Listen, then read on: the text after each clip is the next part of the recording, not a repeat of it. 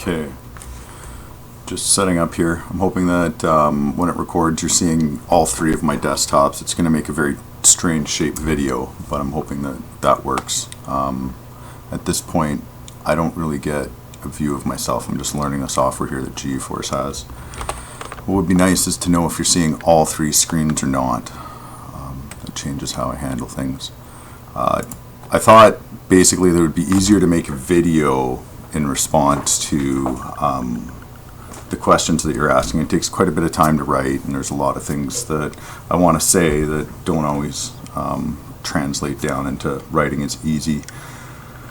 So Sushant, like the first conversation I had, or like the first response, one of the things is PCIe lanes. Like when you're doing parallel computing, everything's running at once.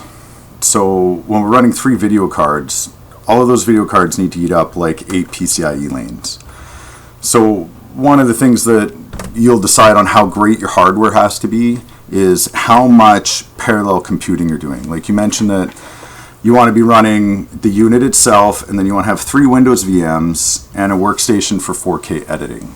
So 4K editing is going to eat up a lot of resources. At any point, is there gaming going on one of those 3 VMs, or are you planning on like shutting everything down and then just running one major workstation VM where you try to even, if you can, leverage the power of the video cards together too, like I do with my 1080 Ti's. So you need to really kind of sit down and think about what you're doing. The more things that you have going at the same time, as in like in parallel, the bigger the processor needs to be, the more PCIe lanes you need to have, and a lot of times you have to go into server just so it can handle it. So one of the reasons servers don't game as well is because servers are designed for parallel computing. They're meant to handle lots of numerous instruction sets going through at once. Where in gaming, a lot of times, you know, you probably heard, but like the threads are limited and only so many threads happen, and the faster you can spit those threads out, like high pressure single threads, the better you are.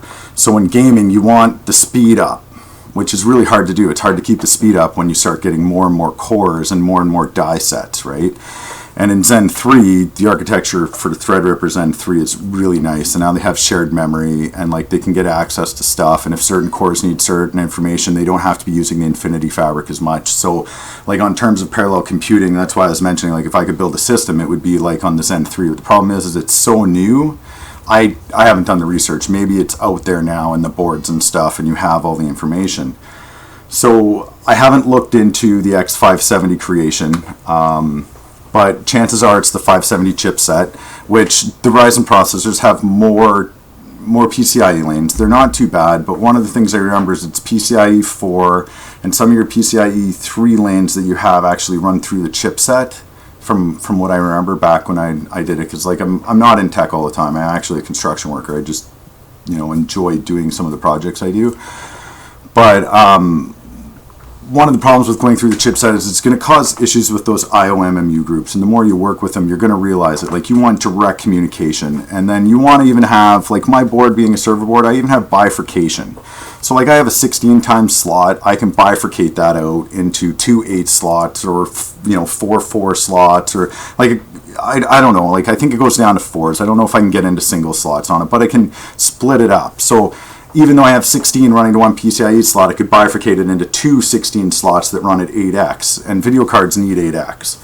So you're mentioning a lot of video here. Well, as soon as you start creating those workstations, and the way that things run, and the way like that you're running, and the way that I run specifically with Unraid, is I am dedicating specific hardware out. So if I want 3 VMs active, I have to have 3 video cards, and each VM is going to get a video card. And then the other thing I had to learn how to do was how to pull the BIOS information out of the video cards, like that's in them, and allow a live reboot of the video card. Because what happens is one of my primary 1080 Ti's, when Linux boots up, it doesn't boot up headless. Like the Unraid, it actually boots up on that video card, and like whether I say to give me a user UI or not, the video card's active, even when it's like not giving me a UI. I still have the blinking, you know, like just cursor in the top corner.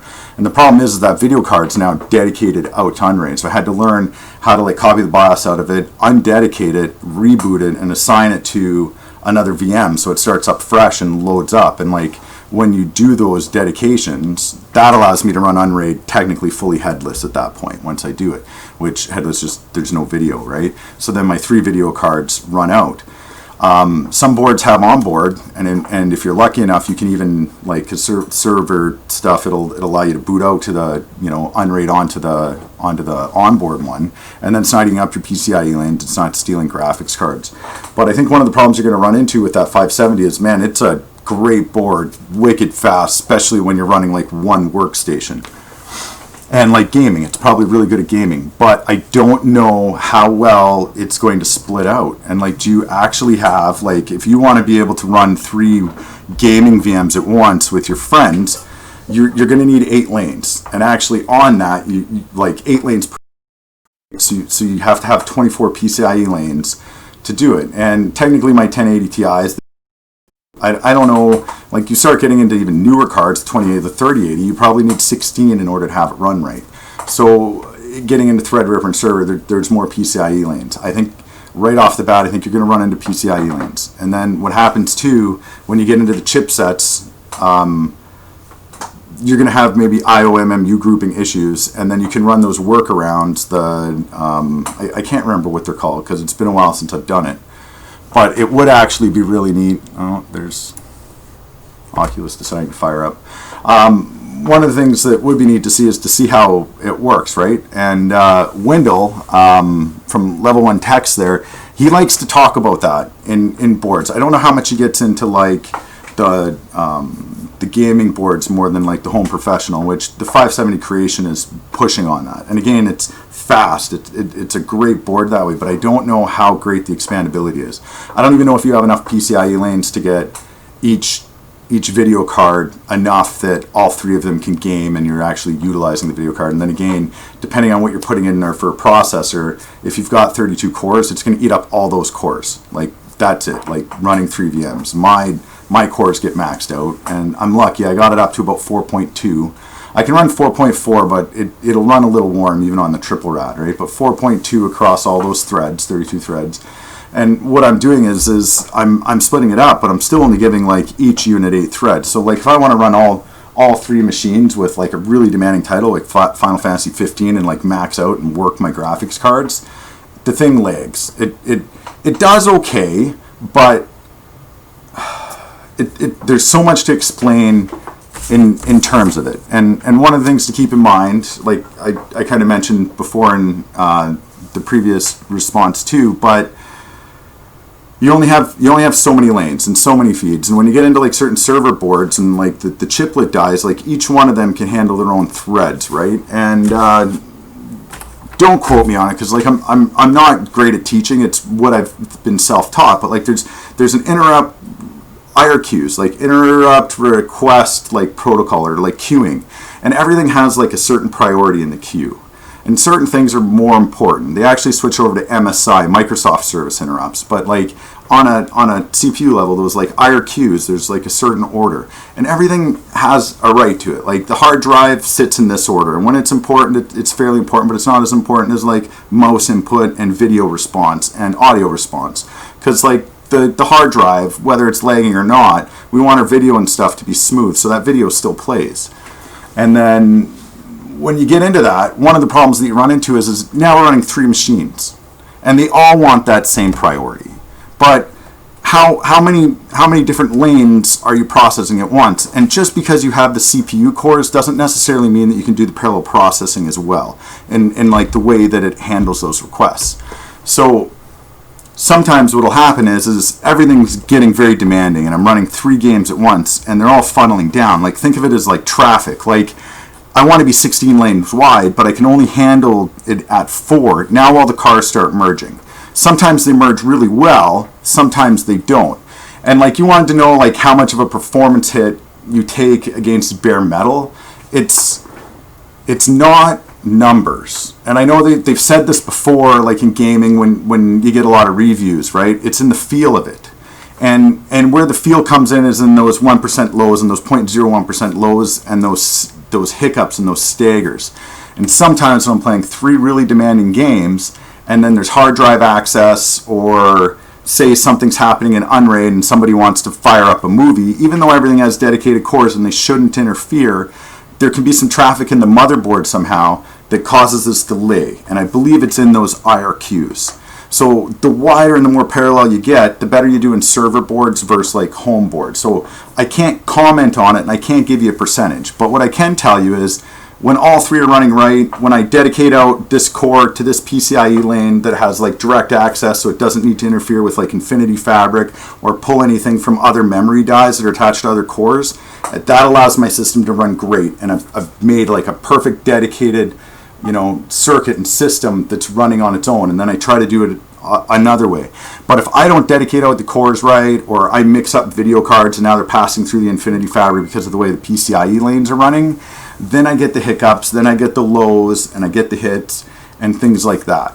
And these are things that I've learned just in the Zen 1 generation 2 of the 2950X, Threadrippers. So I don't know how the Zen 2 Threadrippers did in the 3000 series, or now like the Zen 3 that are in the 5000. Like 5000, I guess, has a much better pooled memory and everything, and it's shared better, and it might not be as important to do that. And there's like a command in the Linux, I keep saying Linux, but like in Unraid, that I think it's called ls topo, and you have to install specific files. There's installer scripts and things, and I'd like to make a video on it. But you get a printout, and it'll show you your cores, and it'll show you your die punch outs, and then it also shows you which PCIe lanes are connected to what. Because each core gets certain memory modules. Each core has direct access to certain SATA controllers. There's a top controller and a bottom controller, and the more you can dedicate that out and keep that perfectly written for those VMs, and the more you can contain that self within it without having to use the connected Infinity Fabric, the better. But if you pump way too much cross communication through that Infinity Fabric, man, you're going to get hiccups and delays and other things. So to be totally honest, right now, I'm not even running Unraid on my system right now. I've gone back to bare metal, and I'm running Windows, and I'm playing around with Windows Spaces. I believe that's what it's called, storage spaces. And it allows you to build pools, and I took a bunch of my 8 terabyte drives, and I built a pool. Maybe I should just show. I have a few pools here and things, one 40 terabyte pool here. And it's a bunch of cards, and you're like, holy crap, 40 terabytes, that's great, but I wanted backed up data. So how it does it is across all of the drives, it saves 2 copies on different drives, but there's only 2 copies. I don't want more than that, but at 40 terabytes, that eats my storage capacity in half, because now I have 2 copies, so everything's twice as big. So my 40 fills up really quick, right? Which is too bad. With Unraid and the way that they operate, you have 1 or 2 parity drives you can choose, and then you have your list of data drives. It is great for storage, but it is slow, and the calculations do actually take processing power, and they eat up a lot of time on your SATA controller, because it's reading from the drives, and then it calculates parity and it saves to the parity drive.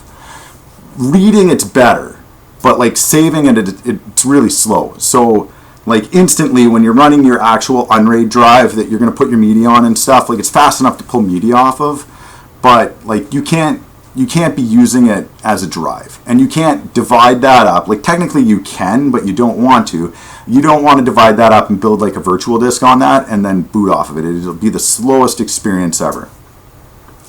Other things I've noticed about that, especially on that SATA controller, is that when it's calculating the RAID array, and even if I have other drives that aren't part of that array, I keep calling it a RAID, but it's not, it's Unraid, it's different. When it's calculating the parity, and I've got other 8 terabyte drives, those enterprise ones, that are pretty quick, saving Steam games to out of the VMs and say it's doing stuff, I'll actually get freezes where there's an issue with the controller and everything's locking up. It's slammed up that IRQ, and although my CPU is not maxed, there's just a hiccup. And the best way I can describe it is back in the day on Pentium 2, Pentium 3, you'd be listening to an MP3 or something, and then you put a CD into the CD-ROM drive. When that CD-ROM drive spins up and it starts pulling data back on those old IDE cables, it would a lot of times lock your music up.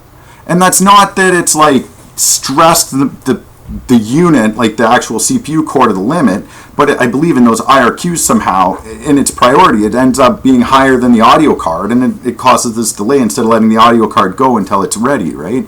There's this hiccup. And when we're, like, especially when I was running my 1700, there wasn't enough cores, but as well as it wasn't as broad for handling parallel computing, I noticed that I had more of those hiccups, and those caused those lows and those lockups. Now, where I experienced it the heaviest is in data saving. So I've got 3 VMs, I've got three signed in, 3 copies of Steam going, and I'm all downloading and I'm saving. Either NVMe drives, SSD drives, but like we're saving games, and I'm trying to pull it in on like a gigabit Ethernet connection as fast as I can, and I'm saving. Well, my SATA controller is split out so bad, and then like if anything's happening on the parity, I'm getting those like lockups. Most of the time it's not on my primary VM, which I don't a lot of times have say in which one is the primary VM, and sometimes it changes, but like it's more based, I guess, on video card location. But like when they boot up, the primary one tends to be smoother, and it's the secondary and the third as you step down that seem to interfere more. So again, going back to like PCIe lanes, I actually run another SATA controller. Actually, it's a SAS controller too, but it's running in SATA, and it's on mainly SATA drives, but I do have some enterprise in there. But like that controller handles everything to do with Unraid and that whole parity system and everything else. And then I've got 8 SATA ports and 2 controllers, and then those ones I'm dedicating out to the VMs. If I ever do Unraid again, I don't think I'm going to do three VMs. I felt that my system was a little underpowered, especially playing like AAA titles on 3. It just didn't have it. So I'll probably go back to dual and then have one primary again where I'll hook the video cards together. I could run SLI, just have a lot of processing power for like editing, whatever you want to be doing, right? I won't do 3 again, I don't think. Like it ran pretty smooth, it ran great. Like we're playing like not AAA titles, but just regular titles. The system ran really well, especially if like in the background, well, even so, I can stream movies and it doesn't affect it too much. For the most part, it runs pretty smooth. Yeah, but like with it, I eat up a lot of PCIe lanes. So the other thing that I mentioned is a USB controller, and I'll at some point I'll look up the title of it and like the actual name. I got it on Amazon, and it's not cheap because it's like a server USB. So what it is actually 3 USB 3.1 controllers that I want to say it's like VTD-X, but in server stuff you get bifurcation on a level of PCIe lanes, and then in server grade cards you actually have the ability to even split the card up as well and bifurcate the card in itself. So when my card plugs in, this one, I've tried other ones. I spent like $100, $150 on like, and it's like 3 USB 3 ports, and it actually has 3 separate controllers, but somehow they don't bifurcate out the same. So you have to go to like this server grade one. It's like $300. But I can take one of those USB 3 controllers and dedicate it out to whatever machine I want. Or I can run a couple of those cards and dedicate out all of them, or give them 3 of the 4 and give the other one somewhere else, but it allows me to split it up and run those, and they're great. And the reason I want to dedicate out a controller, like an actual USB controller, is so I can have a hub. I have a hub sitting here. And if I plug in a USB stick, I plug in my GoPro, I plug anything into that hub, I want my VM to notice it right away, and I want to have connection. And how you do that is by actually dedicating it right out to the VM, so nothing else technically has a part of it. Even Unraid doesn't really do anything with it. It gets attached to the VM, right? And it's in the KVM. But like when it's like that, I have full access to it. If I let Unraid have my USB controllers, I can tell Unraid, hey, give it this mouse and this keyboard and everything's good. Unless I unplug it, unless I move it to a different USB port, then I have to reboot Unraid. And then I have to go in and I have to tell, like, actually you can use the UI in Unraid for it. You don't have to use scripts. Scripts are for more advanced stuff. But like you just kind of script, like go between the two. But like in the UI, you dedicate out the device, and it will work, and it'll load, and everything will be fine. But then you unplug the device or something, and things mess up again.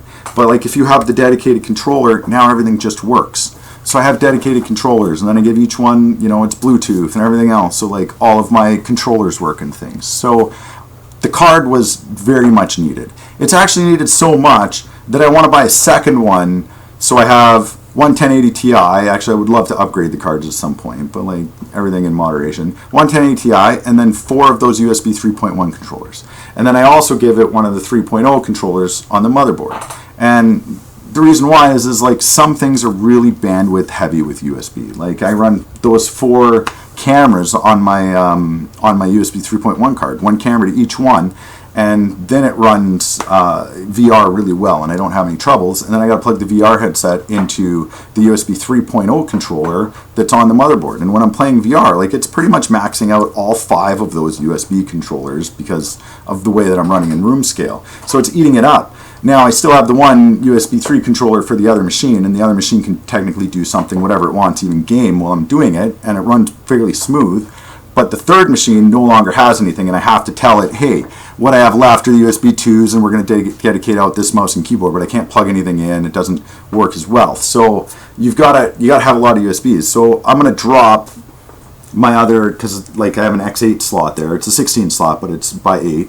And I pulled out the 980 that I had, and I'm going to put a USB 3 controller in there and give myself 4 more USB controllers to like dedicate out to VMs. And then when I boot up my main, it can have access to everything if it wants. But expandability, it's so needed. Like I didn't even realize how important it was until I started getting into it and then trying to figure out why things are stuttering, why things aren't performing well, where the bottlenecks are, and like reading and finding things out.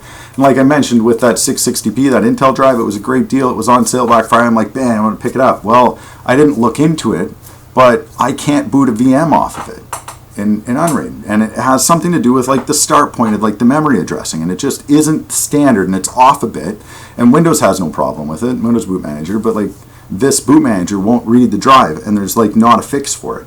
So now I've got one NVMe drive, 1 terabyte, and it performs fairly well, but I can't dedicate it out directly to one of my VMs. So my third VM doesn't get its own, NVMe drive, because I wanted each one to have an NVMe drive, an SSD drive, and then a hard drive. And then like between that, there's tons of saving. You can get all the games on there, and everything's pretty equal. But it didn't happen, and I'm not going to trade it and get another one of like, I think they're Gamex, but like the ADATA NVMEs. And like the Intel, I should actually run, some drive tests there. But those ADATA ones, they're a great price, those 512s, and man, they rip. I am like pulling really fast speeds off them. They are excellent. They're great drives. So again, like 2 VMs, each one will get one of those NVMe drives as its boot drive for like Windows and its main games and stuff, and then the SSD for any other games that I want fairly quick loading times. So at some point, I'm thinking about going back to it, but like one of the problems is with Unraid is the calculation, like, and everybody knows it. And like I actually have a little SSD, 128 gig one, but I'm using it in it as a cache because like I need a cache so I can put the file somewhere, and then the RAID can deal with it in the background. Because like if you're just file transferring, like a lot of times I'm at like with good drives, I'm at like 50, maybe 60 megabytes a second transfer speeds. Where if I'm not in the RAID and I'm going directly to that drive, they're up at 150, like just capped at 150 on those enterprise drives. They're pretty good at taking data, especially when they're empty. So like the performance hit's pretty big in those calculations, and like you do have to dedicate some cores out to it. So with the Prestige X570, do some research. And I know like the deals are out right now and you're wondering if you should pull the trigger for it, but you need to decide how much is active, how many cores you're going to need at one time, like how are you planning on like doing it, and what you want to give each VM for like hardware and stuff. And again, like you can create virtual disks and then split up your NVMe drive into 2 virtual disks for each one. But the problem with that now is that Unraid is handling the NVMe drive, and it's handling the controller on the NVMe drive, and then it's splitting the data out again to 2 of them. So what happens is you're going to need processing power for the VMs, and then you need processing power for Unraid to handle the NVMe activity. Where if you have 2 NVMEs and you just dedicate each one out, like the hardware controller out, and set up your boot and your config for it, then it's dedicated right out to it, and it takes a lot of stress off of Unraid that way. So like it's not a server board, but I can't comment. It all depends. Like if you're only having one or two VMs active at once, and really it's never even like fully parallel, it's just for you in your different spaces to operate, and you want to have different machines, it will probably work, but you're still going to run into most likely issues trying to like split it out and dedicate it in the USB controllers, and you're going to want to have one of them. So like think about what you're going to want to do that way, and then figure out if you have enough PCIe lanes and plugins for them. Because like a lot of the things that you need are either a 1x or a 4x slot, and like they're going to have a 1x slot. So if you want another USB controller, throw it in a 1x slot, and then you can dedicate that out to one of the VMs or whatever. I can tell you what controller I have. It takes a 4x slot, and you don't necessarily want to plug your 4x slot into one of your 16s that might be running at 8, because that's where your second video card is going to have to go. So keep that in mind. When I do post the video up to it, I'm going to see if I can find anything by window addressing your board, and then like look at some other ones and see about what you want to do, because like that'll give you a pretty good one. And like again, I can give you my scripts, but what I think would be more useful is to tell you why I like how I wrote the script and why you write it that way, which again, like I don't want to necessarily do lessons on it and like the step-by-step guides, but I'll show you the guides that I used because they were excellent. Like this one guide on like how to in the scripts bind devices to the VMs, and like once I got it down, man, it was so easy to go through my lists and my make sure they're in their own groups, their IOMMU groups, and when they are, just bind them in based on the PCIe stubs, right? And like how to write it, and then like I can go through it and I start to actually memorize what the numbers are on the stubs and what the devices are, because you don't see the names like when you're doing the scripts.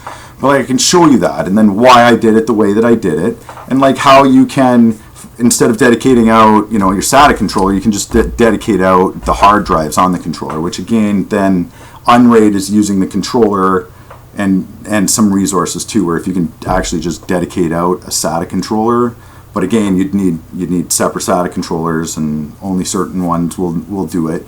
So like there's a lot to look into.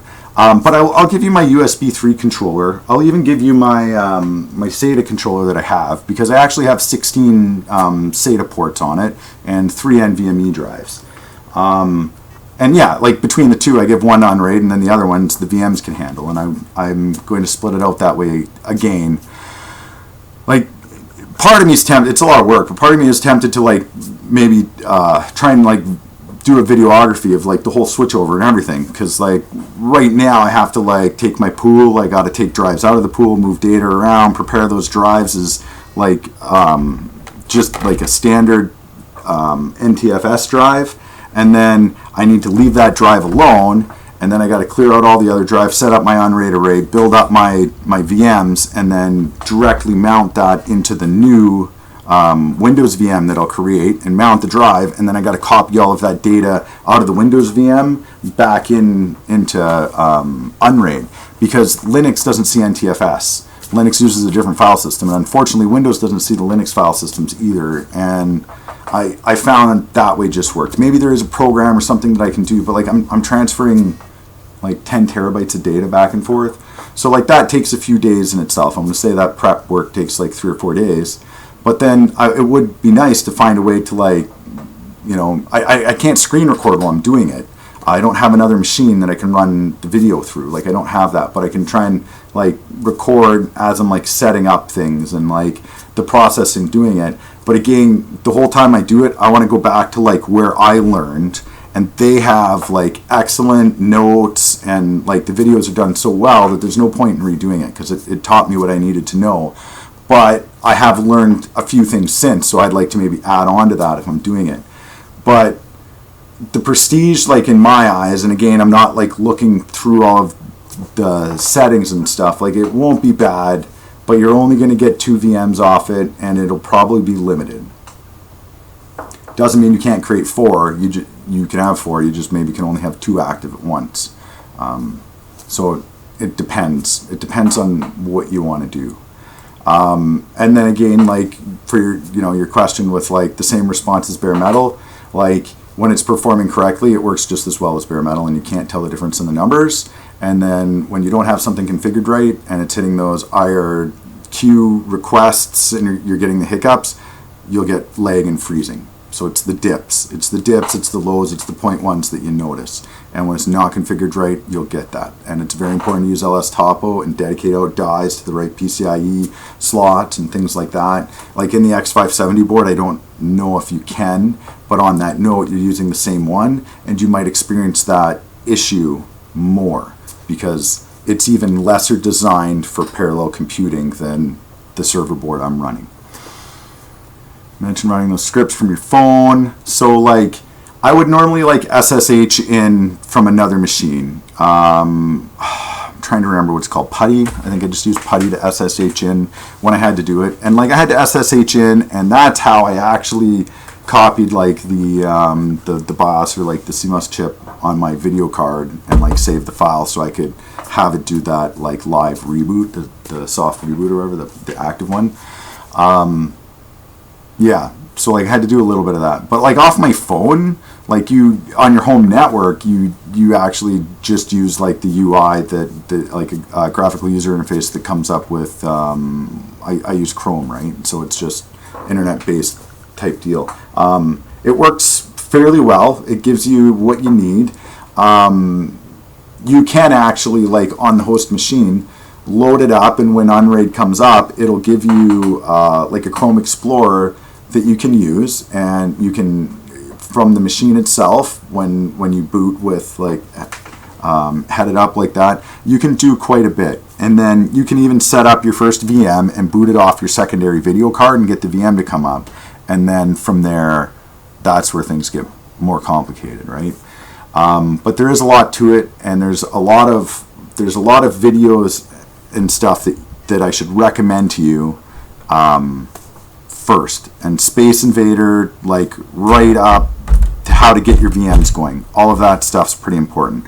I don't know if he's updated his videos, so like 99% of the information was very, very bang on and accurate, but like a few things had changed in Unraid from when I first did them, and I can't remember what it was, but it took me a second to like, because I was learning, to realize how to work around it. And like once you know Unraid and like you're more familiar with how it operates, it's not an issue. But when you're first learning, I hit a couple hiccups. And it would be neat to go back through those videos while I'm booting it up, and then if I have anything to mention, I can mention it at that point. But I don't know, like the system that you're building is going to be awesome. Now, if you want to play around with Unraid on it and get that system, then pull the trigger. It's not going to be the best experience because it's not a server-based setup like what I'm doing. So you're not going to get what I'm getting out of it. But you will get probably some fun, and you'll be able to learn. And when you want to just like bare metal boot that system, it's going to rock because it's a 570 chipset, right? Like the system's just going to rock. But I don't know how Unraid friendly it is, especially like KVM doing multiple VMs. So I don't want to say yes or no to pulling the trigger. That's based on what you want to do. If you want to build a system for Unraid, then you need to put the time into it and spend it. And like when I did mine, I put my time into it, and then I had found a few boards that I wanted, and I didn't buy new, I bought used. So when Zen 2 came out in the 3000 series, that's when I picked up my 2950X, right? I got the chip and the board, like really nice board, and I think I got them for like $700 or $800. Like it was a great deal. I couldn't say no. And then I got the cooler, and I started transferring everything over from my 1700, and then I realized I needed more USB ports. I needed another SATA controller, and it's just become what it is. But like I've redone my VMs quite a few times, and I love to learn, and I just build like with it all the time, right? And I'm always like playing around with it just to see what I can do. But yeah, like it's hard to like say yes or no and just write you with your responses. But I'll upload the video. I'm gonna share the link on it so you can listen to me ramble about everything that I just said. Yeah, and kind of make your decision from there. But like I don't know. It just depends on what you are actually wanting to do, because Unraid is like, especially when you get into the VMs, like it's so parallel computing and server based versus you know, few threads, ripping really fast, excellent gaming system that also is great in production. So yeah, your choice. But I'm also going to link up some videos. Maybe I'm going to check Wendell's, see if he's got a review on the creation, the Prestige creation that you're talking about, and what he thinks, and how the IOMMU groups are for Unraid. And like if he thinks like they break up good and it's a good call, then like go for it. You just aren't going to be able to get super wide expandability, I don't believe, not compared to Threadripper.